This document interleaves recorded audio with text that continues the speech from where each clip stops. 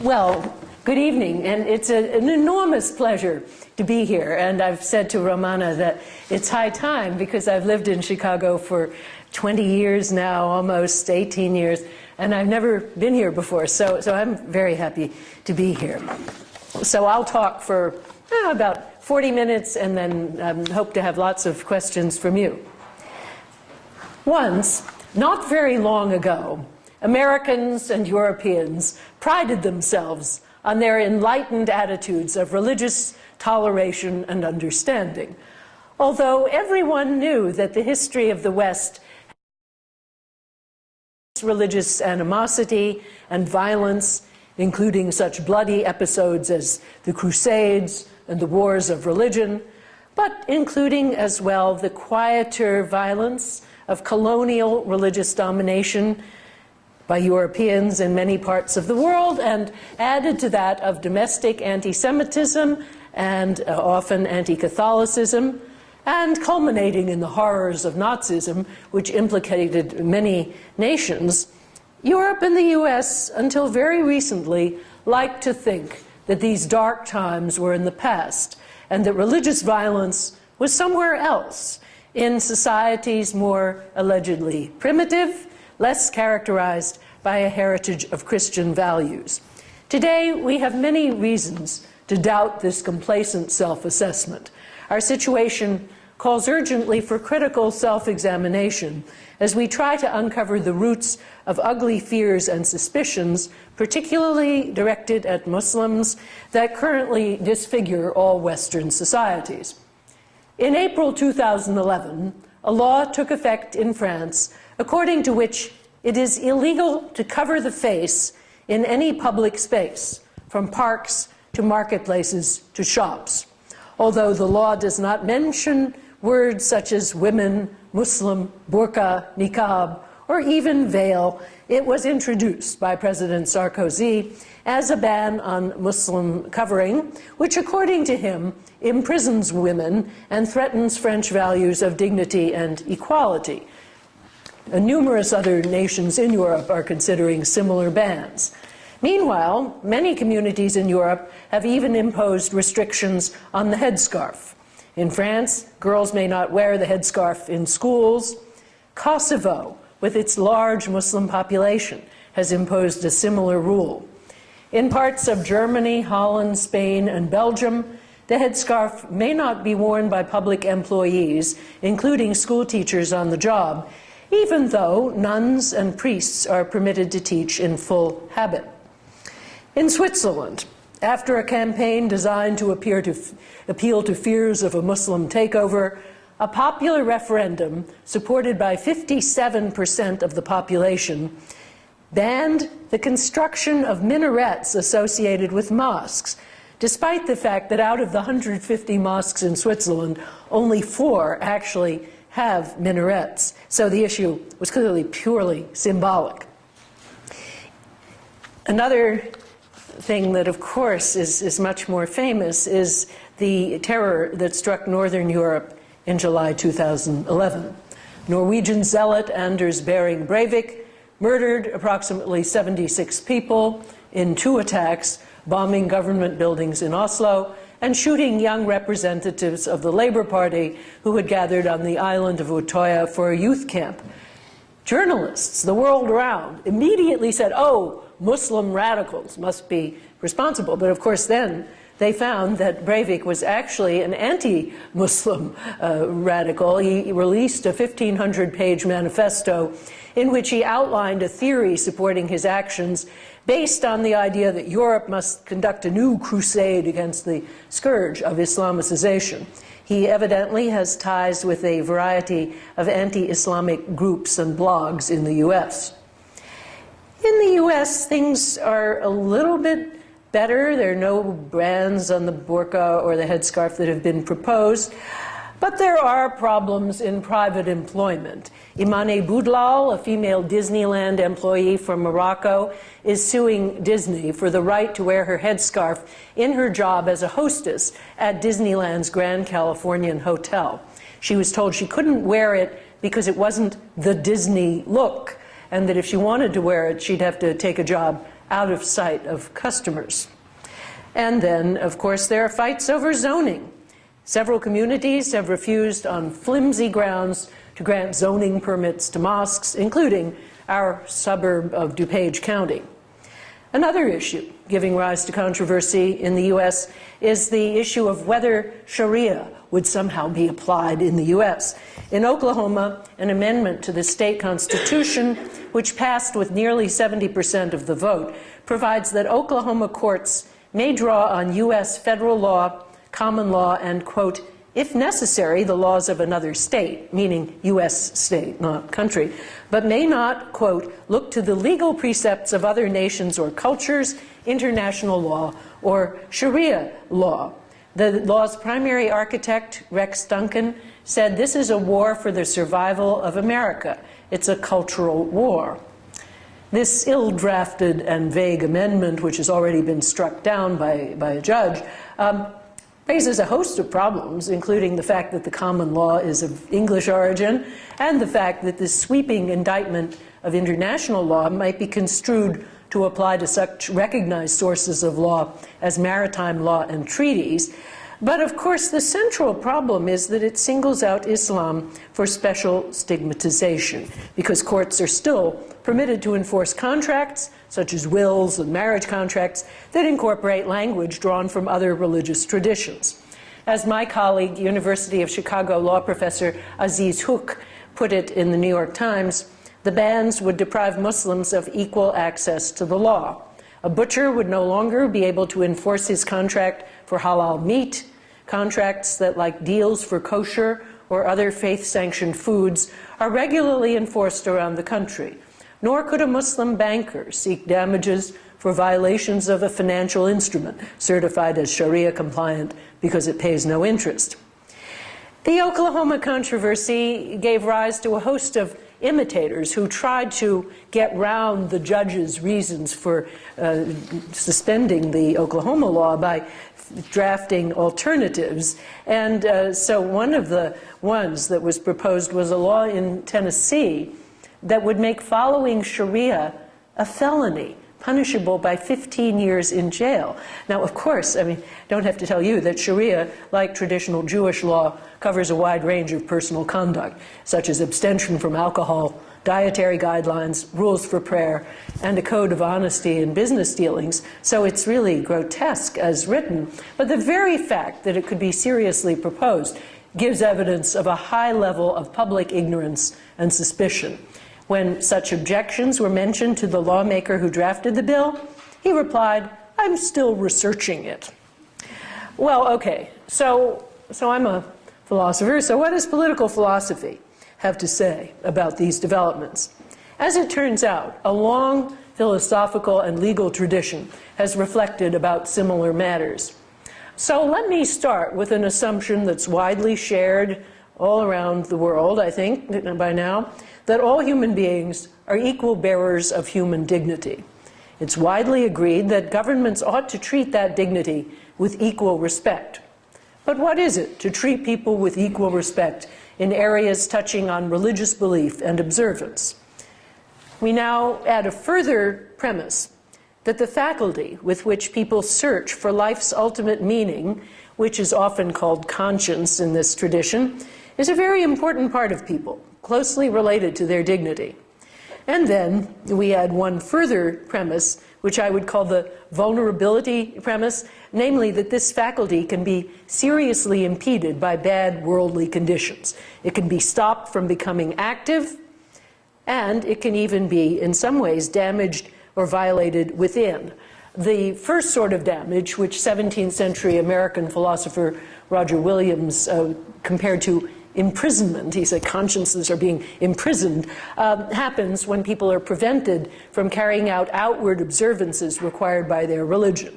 The second sort, which Williams graphically called soul rape, occurs when people are forced to affirm convictions that they don't really hold, or in other ways pervert their own beliefs and utterances in response to a repressive orthodoxy.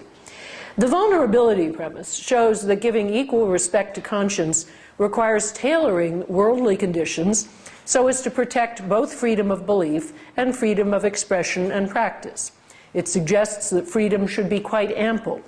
And if we combine it with the equality premise, we get the idea that liberty should be both ample and equal, a principle that John Rawls summarized by saying that a good society would have the maximum liberty that's compatible with a like liberty for all. And I think that's basically the view that the framers of the US Constitution had. They talked a lot about equal rights of conscience, and they did really want not just liberty, but equal liberty. But what does that really mean? What is truly equal liberty in religious matters?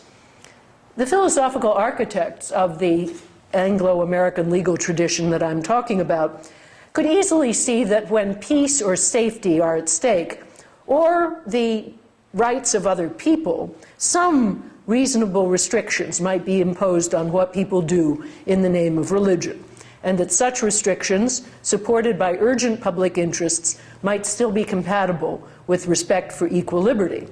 But they grasped after a deeper and more principled rationale for these limits and protections. Now here, I'm not going to go into it. I could in the discussion if you want. There's actually a split in the philosophical tradition. There's Roger Williams proposed a very stringent protection for conscience that required giving individuals exemptions from laws of general applicability. For example, individuals don't have to serve in the military if their conscience forbids it, even though that law is applicable to all. And that's known as the accommodationist position.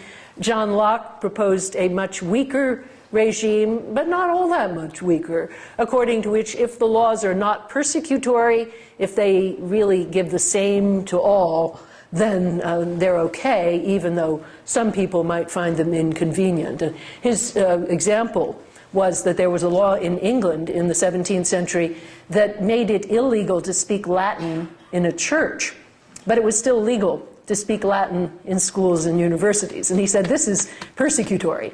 Another example he gave was a law that made it illegal to immerse yourself in water for the sake of baptism, but allowed it to remain legal to immerse yourself in water for swimming or health or any other thing. And so since that is the current legal standard in the US, I'm going to focus on that because I think that actually all the restrictions on Muslim covering violate that weaker principle, so I'm going to focus on it. Now, a modern Lockean case, which was decided by the US Supreme Court in 1993, concerned an ordinance passed by the city of Hialeah in Florida that made ritual animal sacrifice illegal, but permitted all the usual ways of killing animals for food.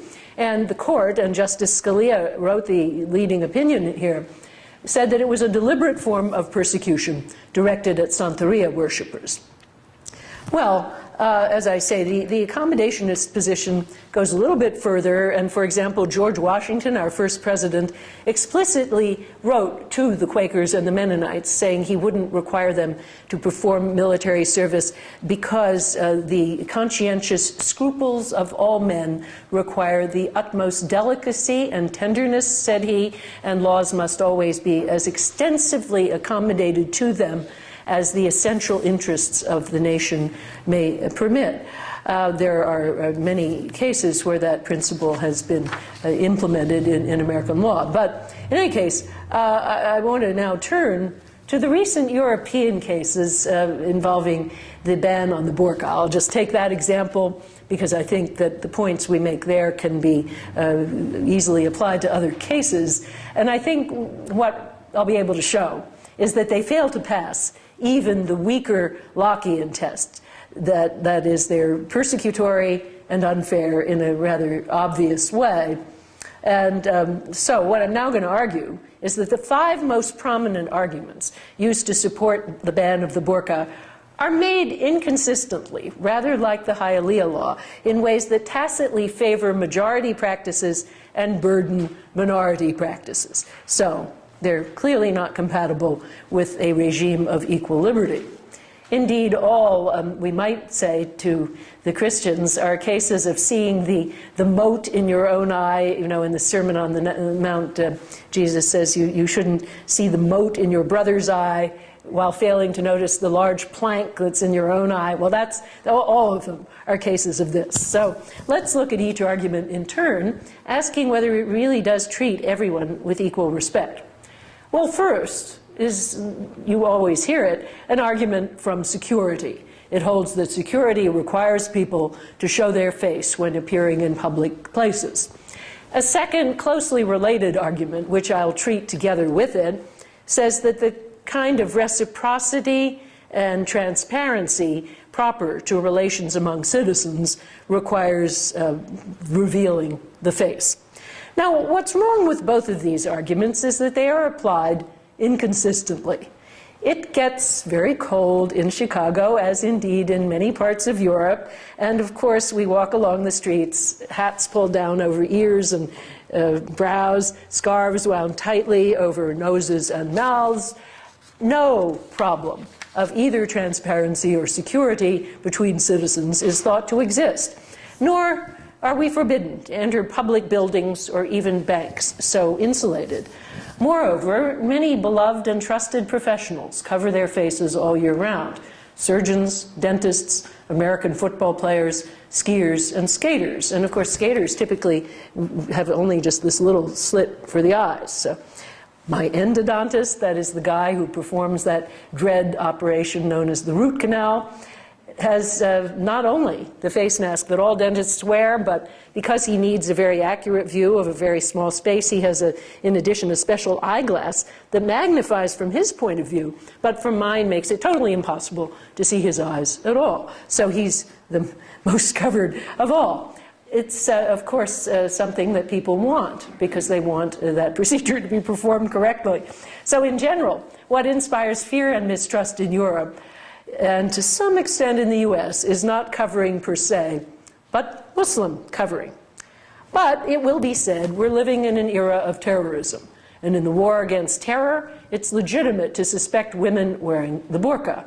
Now, I think that's, of course, you could talk about it differently if you were talking about a place in which a lot of people wore the burqa. But to have that view in the US and Europe seems extremely odd. All I can say is that if I were a terrorist in the US or Europe, and if I were not stupid, the last thing I would wear would be a burqa, since that's a way of dressing that attracts attention. Criminals usually want not to attract suspicious attention, and if they're intelligent, they succeed. And so I think if I wanted to cover a weapon or whatever, I would dress the way I, in fact, do in the winter, that long down coat that's hanging up out there, hat down over the eyes, extra hood over the hat for insulation, Indian shawl around my nose and mouth, and big sunglasses. And that would give me plenty of room to hide what I wanted to hide. In the summer, you could have a similar analog, a bulky caftan, a nice big Louis Vuitton handbag that would look like you're rich and not a terrorist. So those are the things a smart terrorist would do. So what to do about the threat that all bulky and non-revealing clothing creates? Airline security does a lot, with metal detectors, body imaging, and pat-downs, and so on. I think that often there are violations of courtesy in this, and one system that I like is at work in India, where all passengers get a full manual search, but in a curtained booth by a member of the same sex who's trained to be respectful. So there are many things you can do.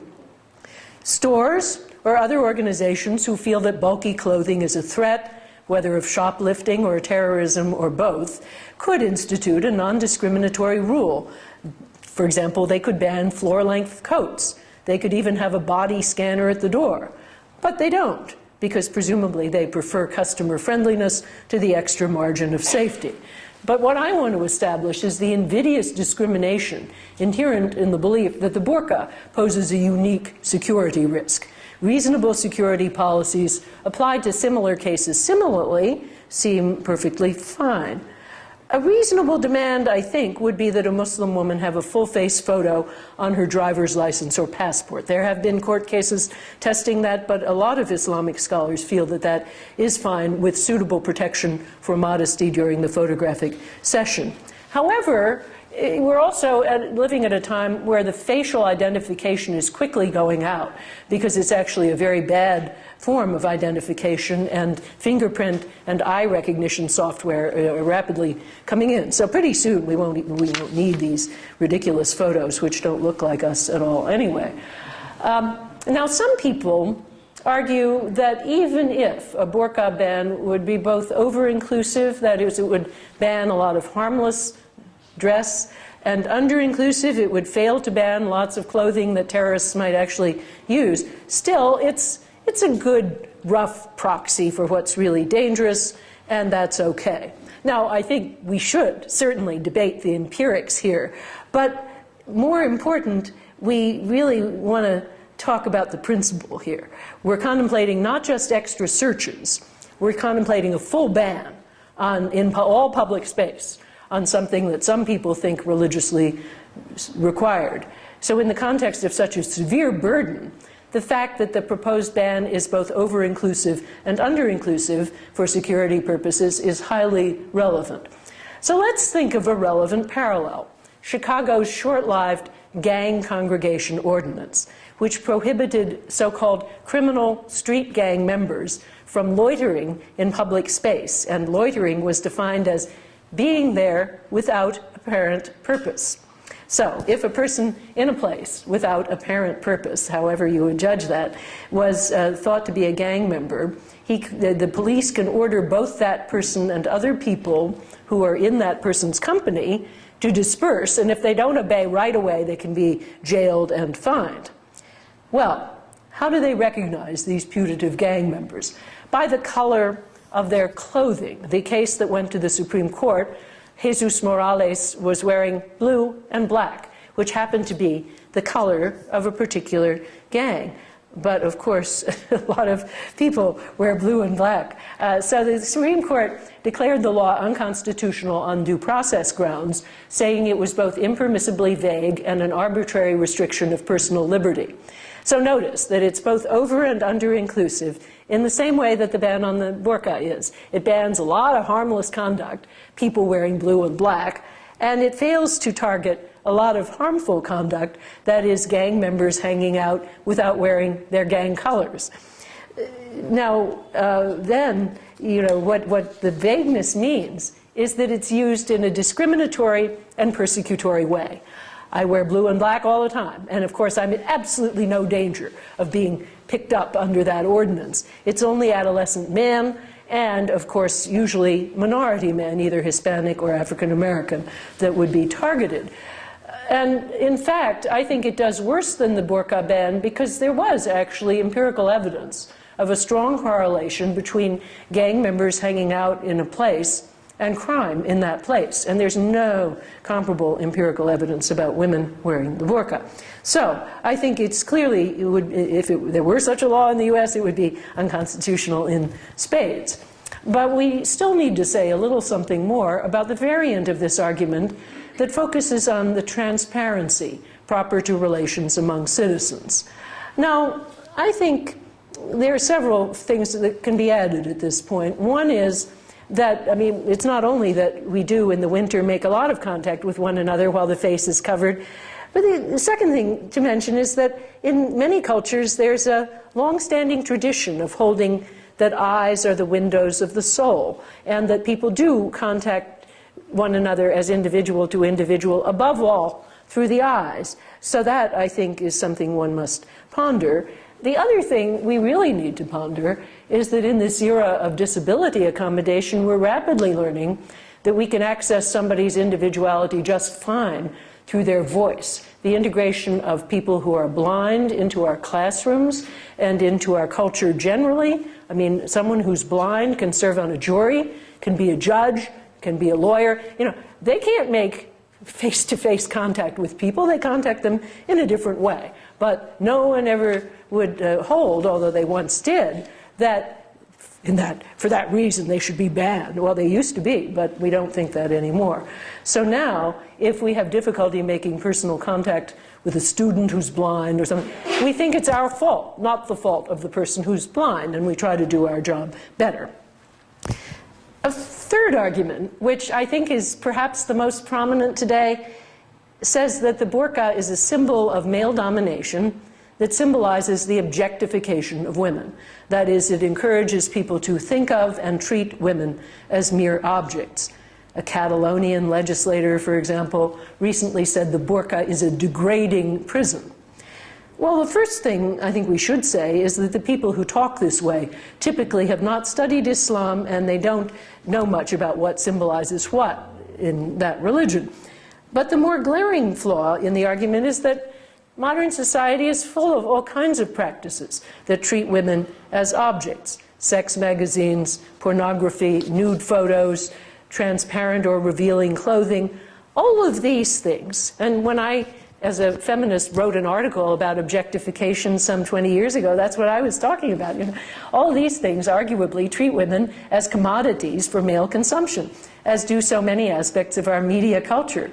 And what about plastic surgery? Every time I undress in the locker room of my gym, I see women whose bodies are full of the scars of tummy tucks, liposuction, and breast implants and so on. And a lot of that is done not for one's own enjoyment, but to market yourself as an object for male consumption. If the proposal were to ban all practices concerning which feminist experts had concluded that they objectify women, the proposal would at least be consistent, although I think few, and no feminist that I know today, would endorse such a sweeping restriction of liberty or the authority it would vest in a group of alleged experts. But of course, it's not made consistently. Proponents of the ban on the burqa don't propose to even scrutinize all these other objectifying practices, or even to make an argument that the burqa is among the objectifying practices. In fact, they often happily participate in their own form of objectification. So, once again, they're utterly inconsistent, betraying a fear of the different that is itself discriminatory and unworthy of a liberal democracy. Of course, things that are illegal, things that are legal, can still be debated, and you can still disapprove of somebody else's practices. And people do all the time, and they argue and they debate. And so I'm not saying that you couldn't disapprove, but law requires a more stringent standard. In terms of personal attitudes, I do think that people ought to learn something before they opine, and that in general Americans are much too ready to offer their own opinion on the intimate aspects of people's lives, whether it's their pregnancy or their children or their clothing. So I think one should exercise more restraint even with informal criticism. A fourth argument holds that women wear the burqa only because they're coerced. Now, I think it's a very implausible argument to make across the board, and it's typically made by people who have not investigated the circumstances of particular women. What should we say, though? I think we should say that all forms of violence and coercion in the home are illegal already, and laws against domestic violence and abuse should be enforced much more zealously than they are. Do the arguers really believe that domestic violence is a peculiarly Muslim problem? If they do, they're dead wrong. According to the U.S. Bureau of Justice Statistics, intimate partner violence made up 20% of all non-fatal violent crime experienced by women in the year of the survey. The National Violence Against Women Survey, which they cite, reports as well that 52% of surveyed women said they were physically assaulted as a child by an adult caretaker and/or as an adult by any type of perpetrator. There are too few Muslims in the survey to have accurate data about Muslims, but is it even plausible to think that Muslims would have a disproportionate amount of such violence? I think extremely implausible, because one thing we do know is that this violence is highly correlated with the abuse of alcohol. So at any rate, observant Muslims would be very likely to have less of it. So that, I think, is the coercion argument as applied to adults, but of course, then we get to the question of children and adolescents. So surely they don't have much choice so long as they're living with their parents, so family pressure to wear religious dress is likely to be hard to resist. Now this, once again, we have to think not just about that one little example, but a whole range of coercive pressures that parents put on their children. There's nothing more common in today's families than various forms of emotional pressure. to get into a top college, to date people of the right religion or ethnicity, to wear the right clothes, to choose the right career, to take a shower, and so on and so on. So where should government and law step in? Certainly, it should step in where physical or sexual abuse is going on, which is very often. Where religious mandates are concerned, I think intervention is justified similarly, where the behavior either constitutes a gross risk to bodily health and safety, as with Jehovah's Witness children being forbidden to have a life-saving blood transfusion, or impairs some major functioning. The Christian Science belief that children should not be taken to the doctor when they're sick has been litigated successfully, and some forms of so-called alternative medical treatment have led to abuse and neglect convictions. In every case, what's really going on is a kind of balancing test. How much is this religious belief being burdened, and is it justified by a very strong public interest? The burqa for minors is not irreversible, and it doesn't threaten life or other major bodily functions, and indeed, much less than high-heeled and platform shoes risk doing. If it's imposed by physical or sexual violence, that violence ought to be legally punished. Otherwise, it seems to be in just this familiar category of things parents try to get their children to do. Some parental pressures do appear to violate laws against child cruelty. There's a book about the tiger mother you may have heard of, written by Amy Chua, this Yale law professor. She confesses, she states with pride in this book, that she made her little daughter stand outside without dinner in one case, and then she also kept her at the piano without bathroom break, both being ways of coercing her to learn a difficult passage in a piano piece. I think that violates laws against child cruelty, and I think the only reason police didn't intervene is she's a rich Yale law professor. But if similar coercive tactics were used to get a girl to wear a burqa, well, then that would be open to debate. But most cases are not like this, and are more like emotional blackmail of an all too familiar kind.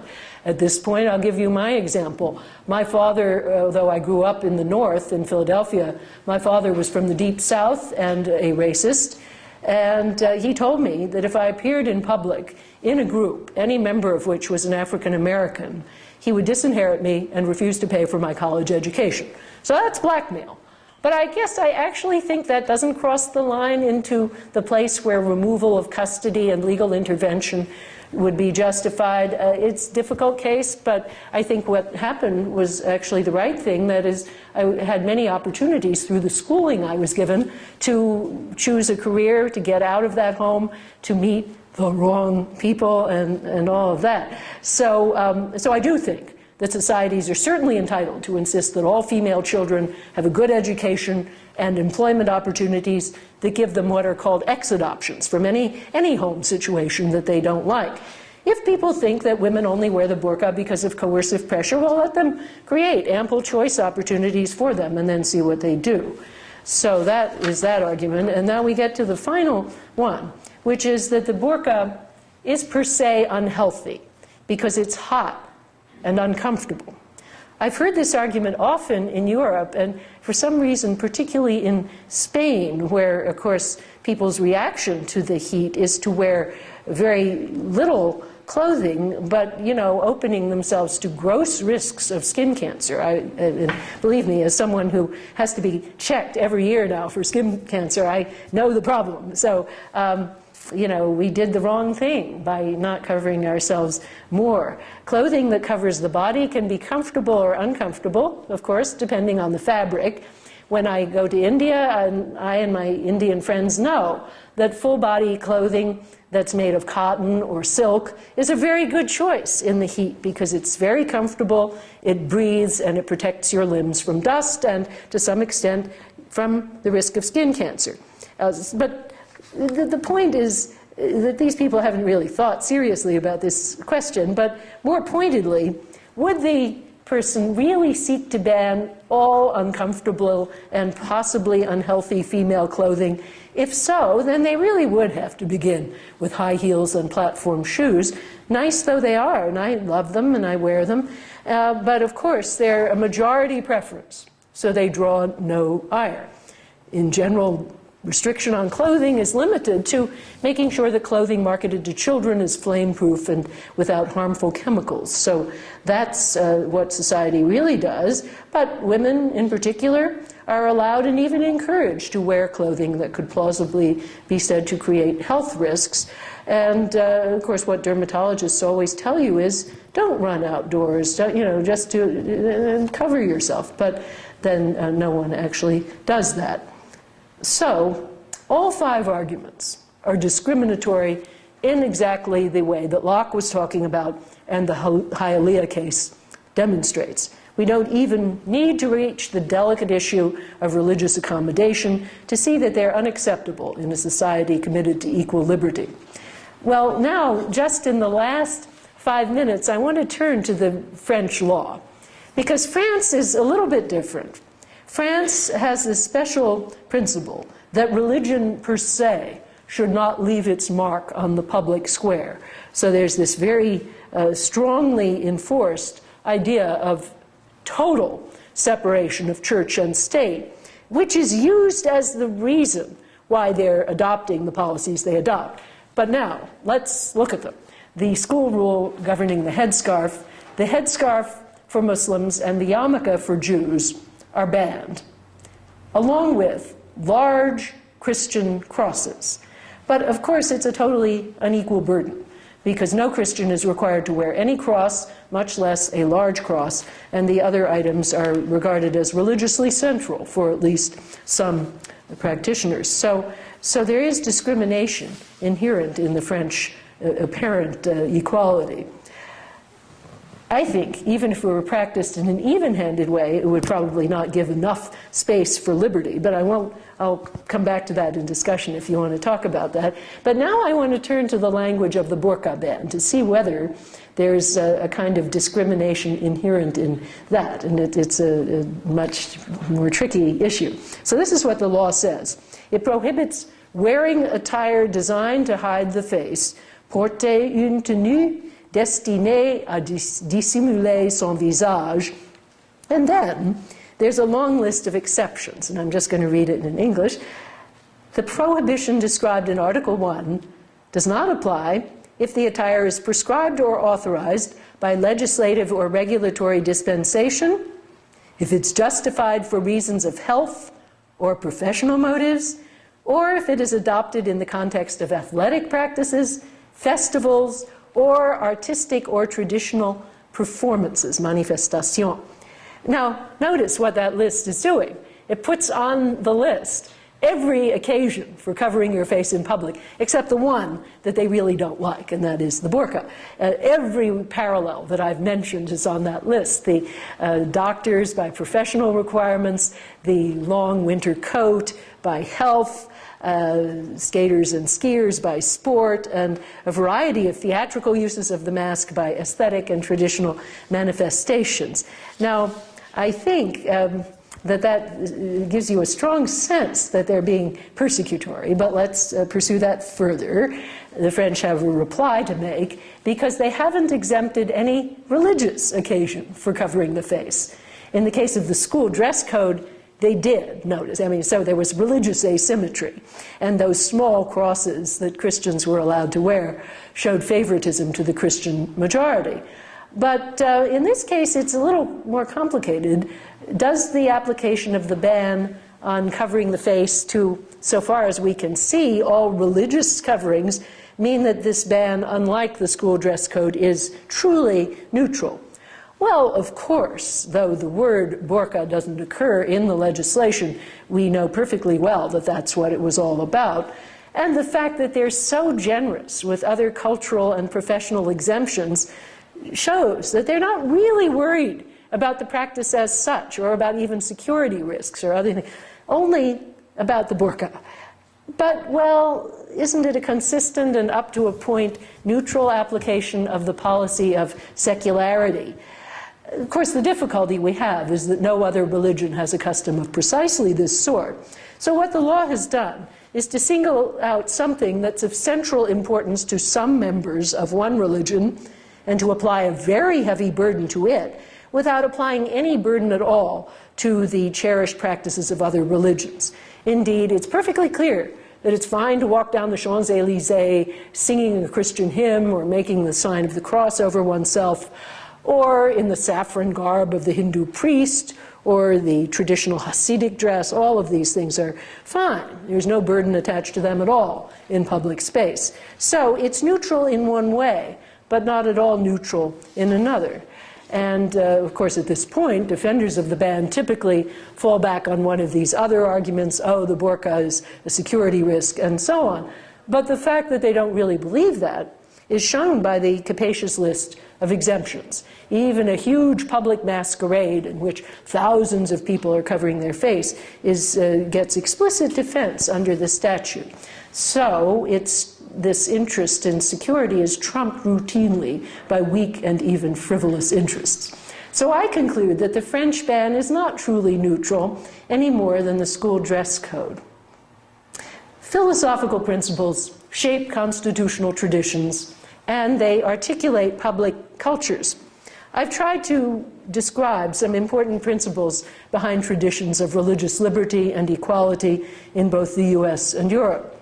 Today, a climate of fear and suspicion, directed primarily against Muslims, threatens to derail these admirable commitments. But if we articulate them clearly and see the reasons for them, this may help us oppose these ominous developments. So we need good legal and constitutional principles, and I think we have them. We need fairness of mind and a determination to criticize and look into ourselves, not just others. But we also need something more, and I think this may be the most important thing of all. We need curious and empathetic imaginations so that we look at other people who are different from us, not as looming shapes that threaten us, but rather as real people, each with their own story, and people with whom we live. Thanks.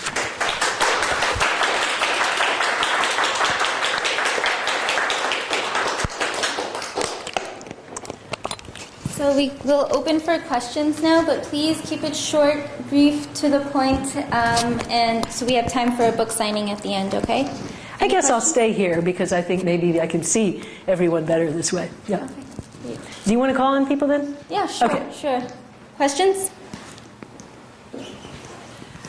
I'm just curious whether if I were an atheist in France and put on a burqa, whether what people, I mean, it would not be a religious reason, or it may be a religious reason, but, well, I can't. Anyhow, if I swim against the stream, am I then doing something illegal? Oh, it's illegal to wear it. It doesn't matter who you are. Oh, and of course, they don't even mention burqa, so it's right. illegal. Yeah. But yeah, I mean, of course, they're trying to get at the only people they think will actually do that. But if you really did, and I must say, I think it's an excellent idea to walk a mile in your brother's shoes, so to speak. I mean, just the way in which good actors who are playing a role will, or if they're playing somebody who's blind, they will live as someone who's blind. I think for us to do this is good, but not to do it in a way that's superficial. I had somebody in an audience of a talk I gave on this in Germany who said she was head of a human rights organization, and she said she had a burqa and she brought it home and put it on, and she said, you know, it was very dangerous because I tripped over things. And I wanted to say, well, yeah, the first time I put on a long evening dress, I tripped over things too, you know. But, and she was a very awkward little woman, so I thought, well, it's not too surprising. But anyway, you know, I do think that learning to see the world, and this is what the last chapter of my book is about, how can we do that? Now, we can do it in many ways. I think friendship and association is the best, but not everyone has that opportunity. But then I talk about literature for children that helps children. And I, as a young child, read, there was a whole book series that I discovered about religious minorities by a local Philadelphia author named Marguerite D'Angeli. She didn't know any Muslims, but she did have the Quakers, the Mennonites. She also had a very splendid one about African Americans. And, you know, just gave me a different life. I mean, I got to know something that in Bryn Mawr, Pennsylvania, I otherwise didn't get to know. So I think we should think how the arts can do that. I actually, that short-lived documentary, American Muslim, that was on cable I thought that was quite a useful one because it showed such a range of different families in the suburbs of Detroit with different attitudes to religion, different practices. And one of the storylines was a rather observant family where their daughter married an Irish Catholic man who converted to Islam. And the difficulties that his family had accepting that were really interesting to see. And at the end, they showed the wedding. And it's all real life. I mean, these are real people. And they showed this wonderful wedding at which the combination of traditional Middle Eastern dancing, and the family was from Lebanon, and the Irish dancing was so splendid. They finally become reconciled through this celebration. So I think seeing things like that is good for us all. And maybe just as when gay and lesbian people have become more visible in the media, I think attitudes have altered. Of course, Hollywood was determined to do that, and Hollywood is full of gay people, but Muslims are in shorter supply in Hollywood. But I think eventually, as more Muslims become characters in films, let's hope not just films about terrorism, that's the problem, but just on sitcoms or something, that will actually help give people a sense of the wide range of different lives. And I think in cities we do have this. The epigraph to my book, down near, I have a whole chapter on Park 51, the Islamic Community Center in Lower Manhattan, and next to it are an off-track betting parlor and 2 strip clubs. And of course the idea that that might be disrespectful of the people who died at Ground Zero was never brought up. But it was only the Islamic Community Center that was protested. But the Wall Street Journal interviewed this one stripper named Cassandra and asked her what she thought about the Islamic Community Center. And she said, when she first heard about it, she worried that the loud noise of the call to prayer might scare away her customers. But when she understood that they weren't going to do that, then she was fine with it. And she said, it's freedom of religion, So I think it's that attitude of, these are people, let's live and let live, and let preferably even get to know something about them. I mean, there are so many situations where Islamic clothing, as you pointed out, is really everyone's clothing, and other situations when it's not. I took an Islamics class at Loyola, and one winter day I came all wrapped up, and the other women said, "Oh, Eve, you're wearing hijab." And I said, "Yes, but only in winter." Yeah, well, and you learn as you live longer about the, to some extent, arbitrariness of ideas of dress. And I must say, when I'm in India, I do try, for a long time, I tried to run outdoors only in long pants.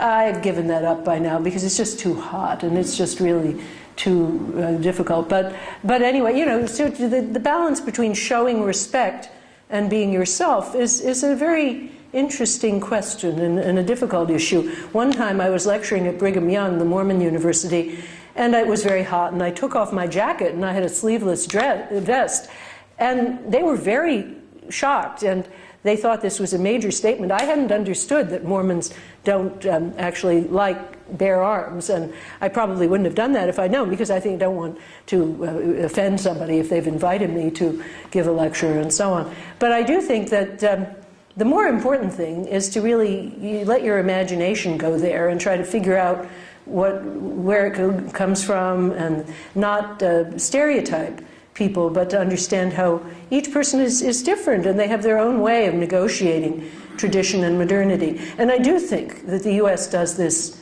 better than Europe, because in Europe every kind of religious clothing is still suspicious. It's the way the Jews were treated in the 17th and 18th century, that because they wouldn't join modernity, understood in a very narrow way, they were suspect.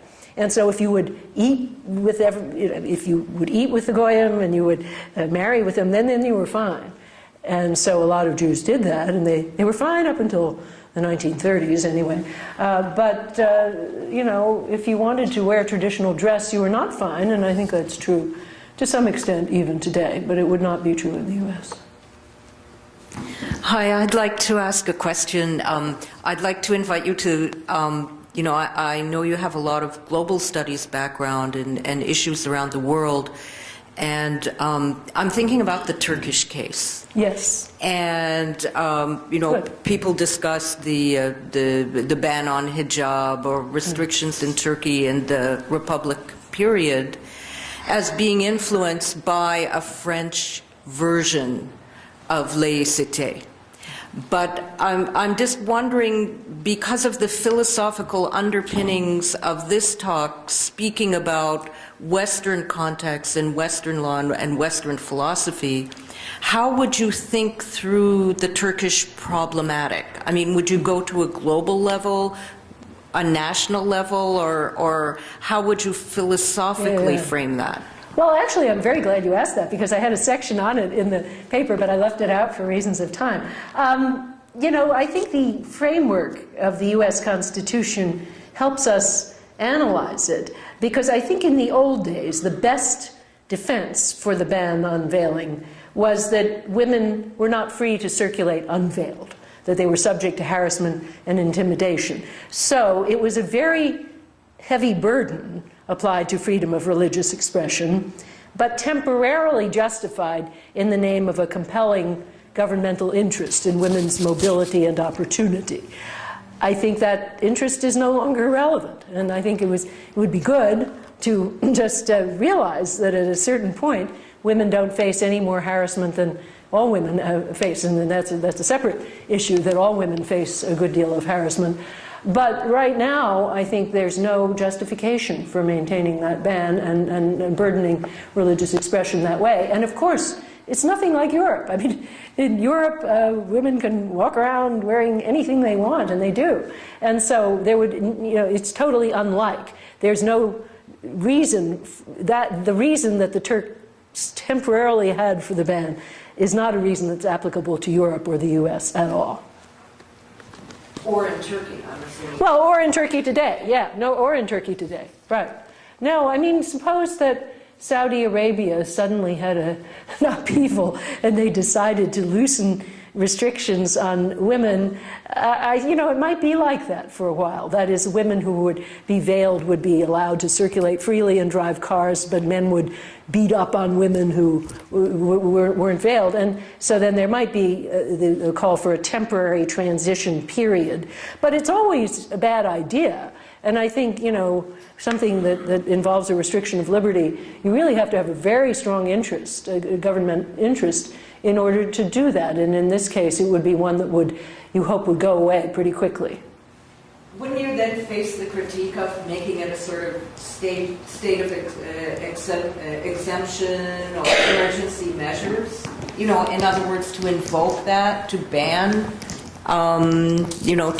veiling temporarily, because ultimately it will result in more freedom.